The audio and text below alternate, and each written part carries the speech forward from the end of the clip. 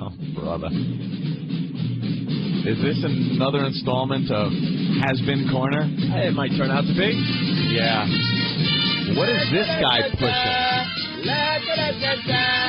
Remember LeBeau, the French guy that always made the strudel for Schultz? So he would let him do things? The gay guy. Is he gay? French gay, whatever. Oh, Jesus. No. The French guy from Hogan's Heroes. What's his real name? God, Robert Clay?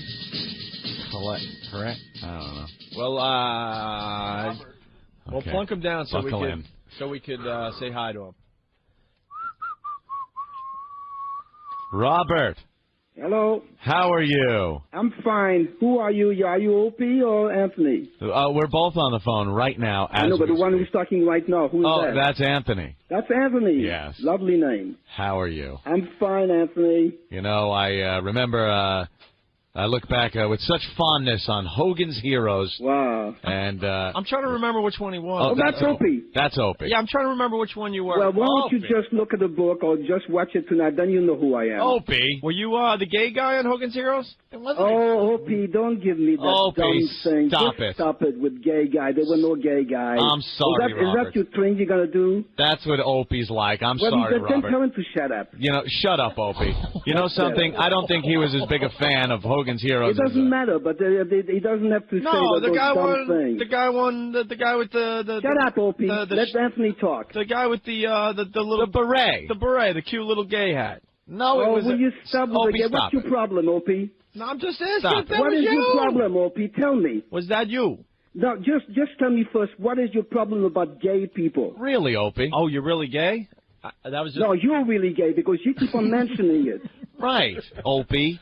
I just said you were the gay Opie, guy at be Hogan's quiet. Heroes. Let Anthony talk Robert, to me. I apologize for Opie. I didn't know you were really gay. I just thought you were the gay-looking guy. Gay is something that was very happy years ago when I was a young kid. And if you want that kind of interpretation, yes, I'm very happy. So you're a very happy gay fella. Oh, shut up, Opie. Opie, enough. Leave Robert alone. And he's laughing? He's laughing at his dumb jokes? See, he's the dumbest jokes I've ever heard is... Thank you, Robert. With it, kid. God, nobody cares about gay or not gay these days. Right. Robert, just shut up, Opie. Robert, are you going to bring in a gingerbread house for us? Was that Opie again? Yes. Oh, I'm not going to answer it. Good. I'm just going to talk to you, Anthony. If you make sense, I will answer you. If you don't make sense, just too bad. No, I understand that. I apologize for Opie again. Like I said, I was the big fan of Hogan's Heroes. And got ourselves a pretty little faggot. Opie, enough. You know what's going to happen. If he continues like this, I'm just going to hang up. It's not worthwhile. No, that's not why I'm doing this interview. Of course. I have written a book that is very dear to me. See? And if he's going to make fun of all these things, who cares? Then I better hang up because I'm not going to have any... Now you got Robert cursing. Like exactly. Yeah, Robert, don't curse. I appreciate the work you've done. And like I said, you brought joy to so many people over the years. I loved you like that, don't you, faggot? Hello? Oh, Jesus, Opie. Would you stop it? Opie is being a jackass, if I may. Well, he is a jackass. Say that. He's not being one. He is a jackass. Yes. There's no doubt about it. I don't even know what he looks physically, but he is a jackass. Because nobody will keep on doing those things that he's saying. I know. I apologize. I'm much more polite than you are, Opie. Yeah. Just be quiet and let somebody with intelligence talk to me. Robert, thank you. I made a grave error, and I apologize to you. I was a big fan of Hogan's Heroes. It was a great show. It was odd. I just want to know a little something about how you were cast in that show now, and your opinion of it, being not many people know. You're a kid toucher. Opie, not many people know that you're Jewish.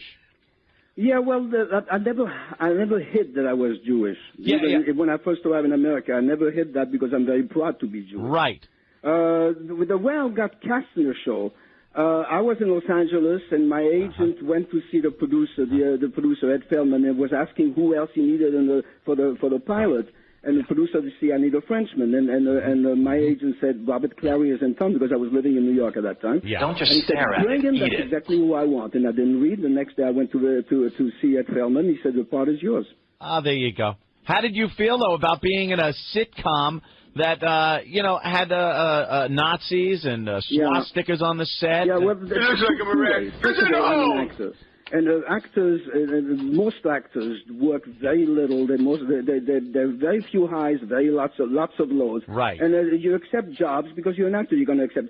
Secondly, even though I was in concentration camps and I was for 3 years practically dying through the Nazism, you were in a concentration camp. Now you were captured by the Nazis. I was arrested by the French policemen, sent to camps in Paris, and then sent to Germany.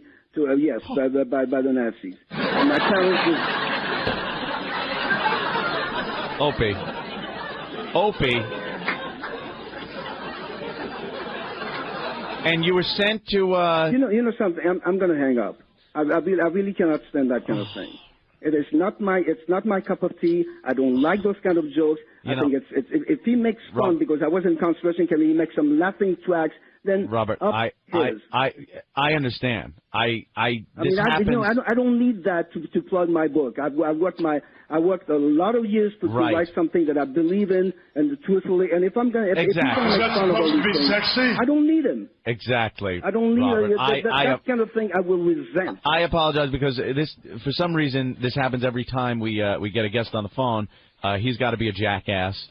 Well, then get rid of him. I try to. Let me ask you a question. The public who listen to your show likes what he does? No. I mean, who does he cater to? 5-year-old kids? Go F yourself. Pretty much, Robert. It's. Well, then let me find a kid's show on television and let's be happy with that. He's got what they call a sophomoric sense of humor that it doesn't work for me. I don't appreciate personally. It doesn't work for me. I have much more class than that. I cannot stand people like him. I am not only interested in Hogan's hero stories, but From the Holocaust to Hogan's Heroes book, the autobiography of Robert Clary. That I'm telling you, I'm going to hang up. You're going to feel sorry. I really one more laugh out of you. See? And I'm hanging up because I really don't care. Exactly, and well, you shouldn't. You. Opie, just shut up. You've been very, very mean right now. You've been through quite a bit, and you've made quite a name for yourself. You're a little bitch. That's right. You're a bitch, and I bet you'd like to soap, wouldn't you? Yes, Anthony, yes, Robert. I'm sorry. It's very nice talking to you, but I really don't want to. Goodbye. Robert. Hello.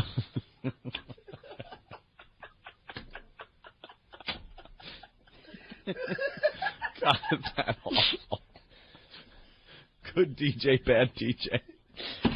Why don't you call the publicist and see how that goes? Don't even. Rick, I will give you $100 on the spot if you get him back on the phone. Don't, because I can't take this anymore. Dude, when you played the canned laughs. And he just stopped dead in his tracks. Worse than playing canned laughs after someone says their mother died of a bleeding stomach. Well, I think we should... The guy's telling about how he was captured by the Nazis. Wow. Well, Rick is trying to smooth things over. Smooth things over? You played laughter over his concentration camp story. There's no smoothing anything over. You should have a sense of humor. He was in... Sense of humor? He was in Hogan's Heroes. What do you think that show was about? Well, okay. That's fun-loving Nazis. That's true. Yeah, Rick's back in the studio. What happened? Robert? Yes. I was talking with Opie during the time since you hung up and now, and I'm sorry, and I believe he owes you an apology. He owes me to close his mouth and not open it. Right. That's what. If he does this, I will continue. Otherwise, forget it. I will hang up again. I completely understand, Robert. I am not a slave. I am not a moron. I'm not a kid. And he can have his jokes with somebody else, not with me. You know, somebody who's been through as much as you shouldn't have to put up with even if you juvenile didn't do anything. Shenanigans. Looks like you really need to promote your book.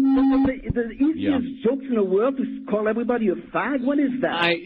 Exactly. It's terrible for the homosexuals to do what he does. He's an idiot. Yeah, I understand. And I hope that's on the air. Now, well, let's something. Let's smooth this over and get back to talking about you, your book, your career. Because I'd rather talk about that than dwell on what an idiot Opie is being. I hope so. I hope I hope he's not going to say anything because I'm telling you, I will hang up again. I understand. What other things can we look for on the book? Because not many people know you have a very interesting life. The book is my life story, my youth in France. With a huge family. I'm the 14th of the last children of my parents. Very poor family with a great childhood anyway. You had a great childhood. Now wasn't this at the time that the war was going on? Well, I was born in 1926, and the war started in Europe in 1939. Right. Which means I was 13 years old when the war started in France. Yeah. When the German occupied France in 1940, then in 1941, we Jews had laws. We had rules. We had to wear a yellow Star of David. We had curfews. We could not do anything. And suddenly eventually we got all arrested and sent to concentration camps, and mostly to gas chambers. Oh, my God. So, and I have like 13 of my immediate family was deported, and I'm the only one who came back. I was lucky to survive the 3 years I spent in concentration. Now, how did you get, how did you escape? Well, I was young. I was 16 years old when I was arrested. Goodbye. Opie. Oh. All right, look. Turn that off! One second.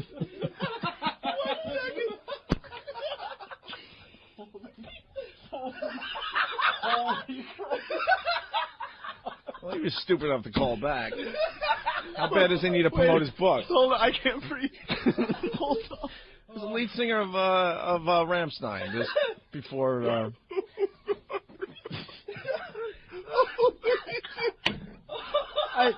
I am mortified. I cannot believe you played. You know, I was expecting something. I never expected that. We don't know what that was. Holy. And let's keep it that way. He thinks he knows. 1